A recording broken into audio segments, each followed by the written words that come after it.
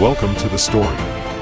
Don't forget to like, subscribe, and support me. In the shadow of the ancient mountains, where the mist clung to the trees like a shroud, the last rays of sunlight filtered through the dense foliage, casting long, somber shadows across the forest floor. The air was thick with the scent of pine and earth, a stark contrast to the battlefield that lay far beyond these hills, a place Elvin had long sought to forget. Elvin, the last surviving knight of the once great Order of the Silver Flame, had chosen this remote wilderness as his refuge. Here, in the solitude of the mountains, he hoped to escape the memories that haunted him, the voices of his fallen comrades that echoed in his mind, and the guilt that weighed heavy on his heart. The kingdom he had sworn to protect was now but a ruin, a distant memory of a time when honor and duty meant something, when the Knights of the Silver Flame stood as the bastion of hope against the darkness. Yet, even in the isolation of his self-imposed exile, peace eluded him. The small cabin he had built with his own hands stood in a clearing, surrounded by towering pines. It was a humble abode, far removed from the grandeur of the castles and keeps he had once known. The walls were made of rough-hewn logs, the roof thatched with straw.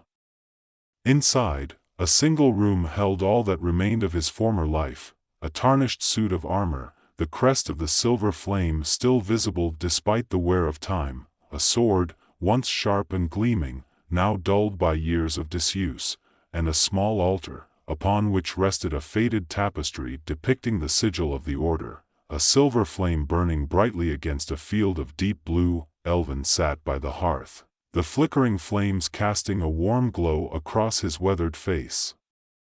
His long hair, once golden, was now streaked with gray, and his beard, unkempt and wild, hung to his chest. He was a man out of place, a relic of a bygone era. His hands, once strong and steady, now trembled as he held a cup of mead, his thoughts drifting back to the day that had changed everything, the day the oath was broken. It had been a battle like no other, a final stand against the forces of darkness that sought to engulf the kingdom. The Knights of the Silver Flame had ridden out with their heads held high, their swords alight with the magic of their oath. They had fought bravely, with the courage and valor for which they were known, but the enemy was too strong, too relentless. One by one, the knights fell, their bodies littering the battlefield like leaves in the wind. And when the last of them had fallen, the darkness swept across the land, consuming all in its path. Elvin had survived, though he wished he hadn't. He had been found among the dead, his body broken but not beyond repair. The healers had tended to his wounds, but they could do nothing for the pain that gnawed at his soul, the crushing weight of failure that threatened to drive him mad. He had sworn an oath to protect the kingdom, to stand as a shield against the darkness, but in the end, he had failed. The kingdom was lost, the knights were no more, and the silver flame had been extinguished. He had wandered the land for months, a ghost in a world that no longer recognized him. The people he had once sworn to protect were now strangers, their faces filled with fear and suspicion. He had seen the ruins of the great cities, the once majestic castles reduced to rubble, and the fields, once green and fertile, now scorched and barren. The world had moved on without him, and he was left with nothing but his memories and his guilt. It was during one of these wanderings that he had found the mountains, a place far from the devastation, where the air was still clean, and the earth untouched by the fires of war. It was here that he had decided to make his home, to live out the rest of his days in solitude, away from the ghosts of his past. But even here, in the peace of the mountains, the ghosts had found him. The first time he had seen Alistair's spirit, he had thought it a dream. It had been late at night, the moon high in the sky, casting an eerie light across the clearing. Elvin had been sitting by the fire, as he often did, lost in thought, when he had felt a chill in the air, a coldness that seeped into his bones. He had looked up and seen him, Alistair, his oldest and dearest friend, standing at the edge of the clearing, his spectral form shimmering in the moonlight. Elvin had blinked, thinking his eyes were playing tricks on him, but when he looked again, Alastair was still there, his eyes filled with a sorrow that Elvin had never seen before. "Alastair," Elvin had whispered, his voice trembling. "Is it really you?" The spirit had nodded, his face grave. "It is I, old friend. I have come to you because I have nowhere else to go." Elvin had risen from his seat, his heart pounding in his chest. "But how? How can you be here? You died, on the battlefield. I saw you fall." Alastair had lowered his head, his form flickering like a candle in the wind. "Yes, I fell, as did the others. But our souls did not find peace. We are trapped, Elvin, bound to the battlefield where we died, our oaths unfulfilled. We cannot move on, cannot rest, until our oath is fulfilled." Elvin had taken a step back, his mind reeling. "But how? The kingdom is gone, the silver flame extinguished. There is nothing left to protect." Alastair had raised his eyes, the sorrow in them deepening. "There is still one thing left, Elvin, our honor. We swore an oath, and though the kingdom is gone, that oath still binds us. We cannot rest until we have found redemption." Elvin had felt a pang of guilt, a familiar weight settling on his shoulders. He had turned away, unable to meet Alastair's gaze. "I am no longer a knight, Alastair. I have no power, no strength left in me. I cannot help you." But Alastair had stepped forward, his voice filled with a quiet desperation. "You are the last of us, Elvin. The last knight of the silver flame. You must help us. Without you, we are lost." Elvin had closed his eyes, the memories of that fateful day flooding back, the screams of his comrades, the clash of steel, the stench of blood and death. He had tried to forget, tried to leave it all behind, but the past was not so easily forgotten. That he had opened his eyes, his resolve hardening. "What must I do?" Alastair had placed a ghostly hand on Elvin's shoulder, his touch cold but comforting. "You must lead us, Elvin. Lead us to the forgotten temple of the oath. There, we may find the peace we seek, the redemption we crave. But it will not be easy. The journey is perilous, and the way is fraught with danger. But you are our only hope." Elvin had nodded, the weight of his decision settling heavily on him. He had spent so long running from his past, from the ghosts that haunted him, but now, there was no running. He had to face the past, face the broken oath, and find a way to mend what had been shattered. The journey began at dawn. Elvin, dressed in his old armor, though it no longer fit as it once had, led the spirits of his fallen comrades out of the mountains and into the world beyond. The spirits, their forms translucent and shimmering, followed him in silence, their eyes filled with a mixture of hope and despair. They were a haunting sight, a procession of the dead, moving through the land like a whisper of the past. The path took them through the ruins of the kingdom, the once great cities now reduced to rubble, the fields scorched and barren. The people they encountered stared in fear and wonder, their eyes wide as they watched the ghostly procession pass by. Elvin kept his gaze forward, his mind focused on the task ahead. There was no turning back now. They passed through Gorham, a town that had once been a bustling center of trade, now little more than a collection of crumbling buildings and empty streets. The people there, ragged and worn, watched from the shadows, their faces gaunt with hunger and despair. Elvin felt a pang of guilt as he passed, knowing that he and his comrades had failed to protect them, that their oath had been broken. The journey was long and arduous, the road ahead filled with danger.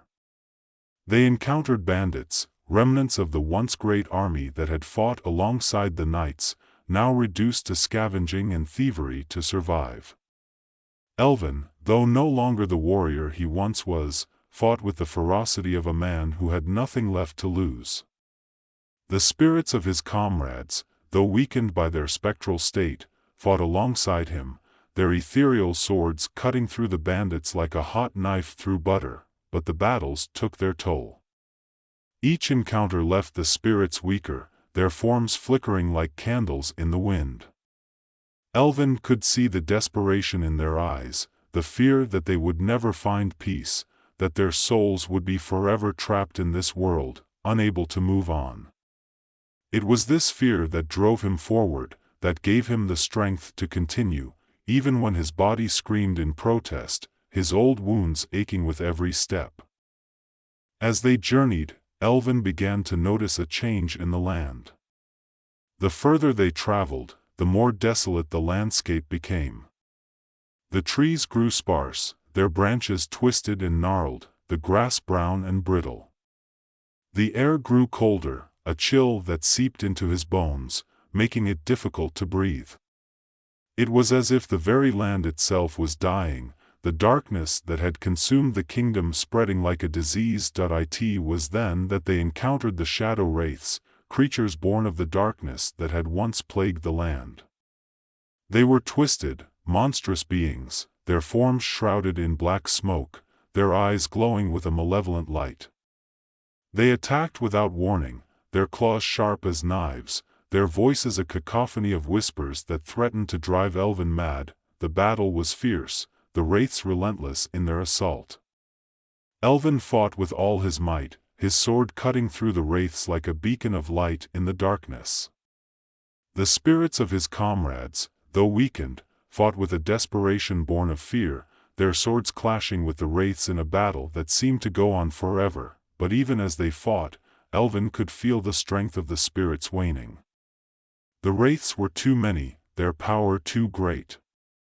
One by one, the spirits began to fade, their forms dissolving into the air, their voices growing faint. Elvin felt a surge of panic, the realization that he was losing them, that they were slipping away, their souls doomed to wander the battlefield forever. It was then that he heard Alistair's voice, clear and strong, cutting through the chaos. "Elvin, you must go on. We cannot hold them back much longer. You must reach the temple."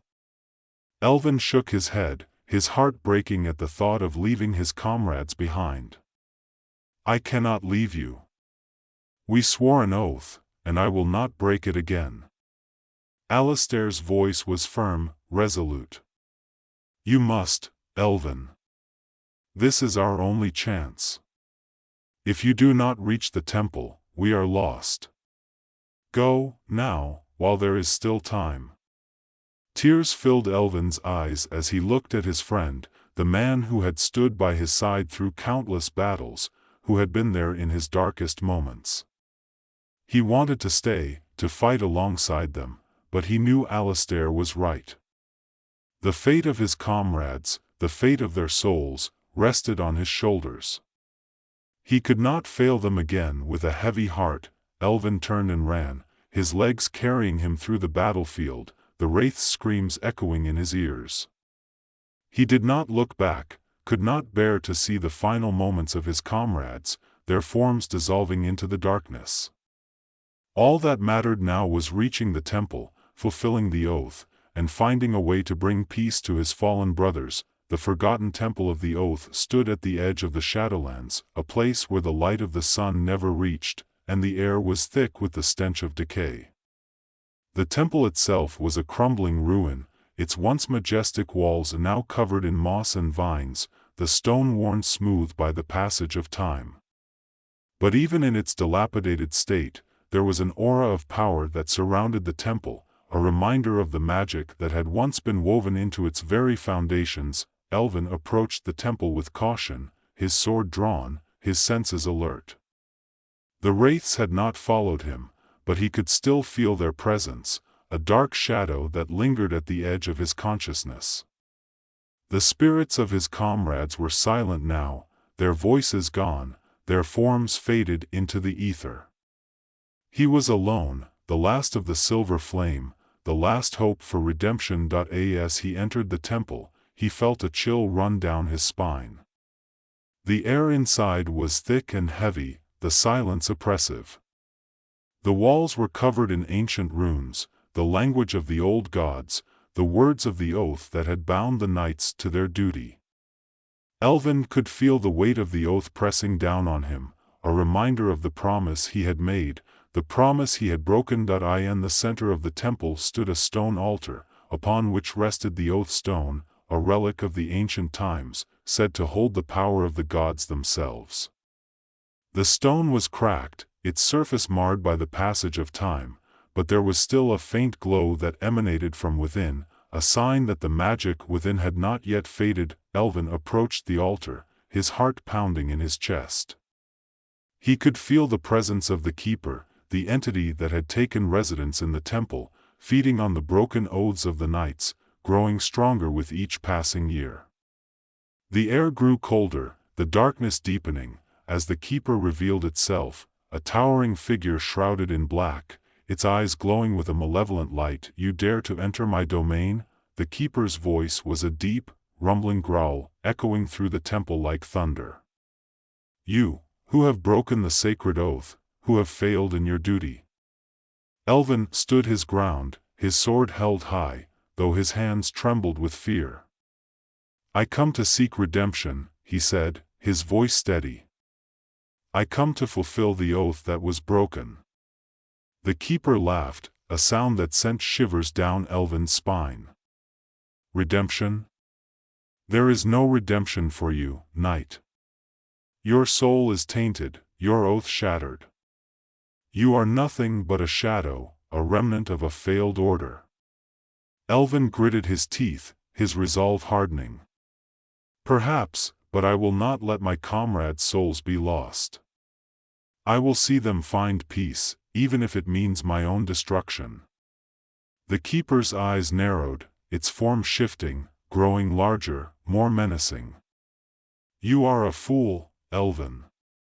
You cannot defeat me. I have fed on the despair of your comrades, grown stronger with each passing year. Your power is nothing compared to mine." Elvin knew the keeper was right. He was weak, his body worn by years of exile, his magic all but depleted. But he could not turn back now.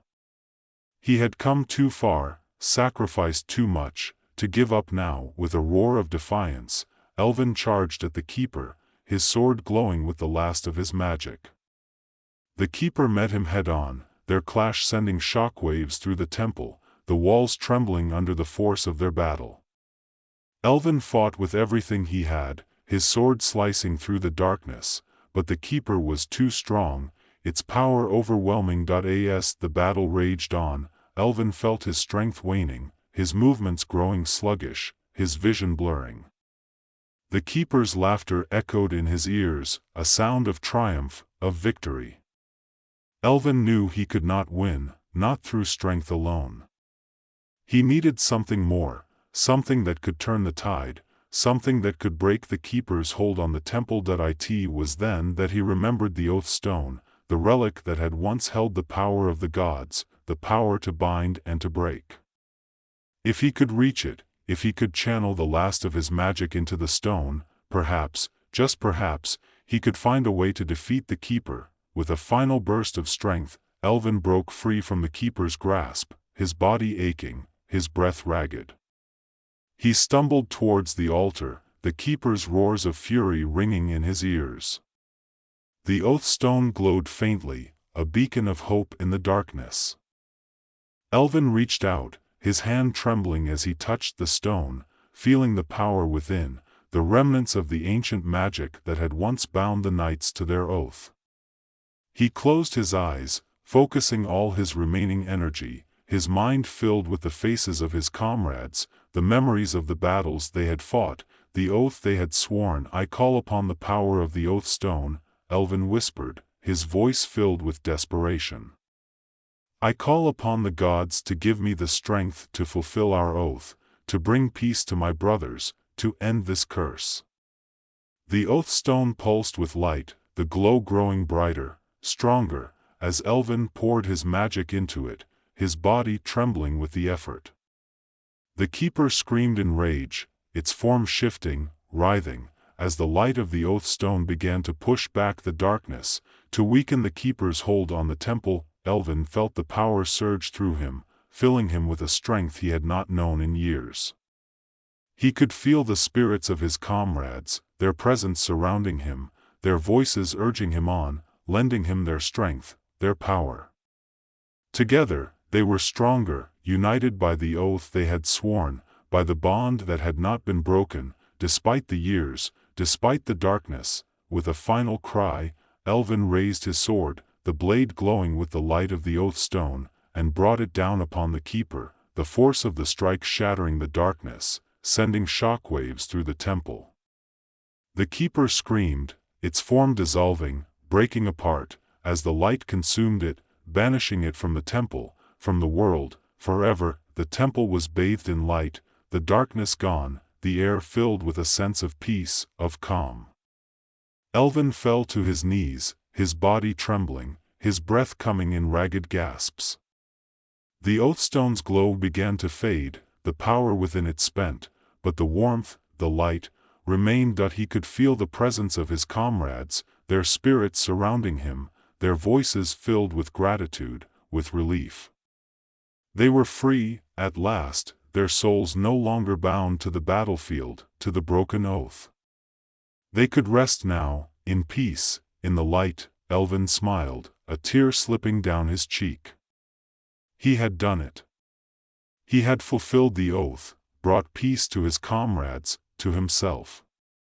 The burden that had weighed on him for so long, the guilt, the shame, was lifted, replaced by a sense of peace, of completion. As the light of the oath stone faded, Elvin felt his own strength fading as well, his body growing cold, his vision blurring. But he was not afraid. He had done what he had set out to do, had found redemption, had brought honor back to the Knights of the Silver Flame. He closed his eyes, letting the darkness take him, his mind filled with the faces of his comrades, their voices calling to him, welcoming him into the light, into the peace they had found. And as the last of the light faded, the temple grew silent, the only sound the soft rustling of the wind through the trees. The world at peace, the oath fulfilled, the Knights of the Silver Flame, at last, free.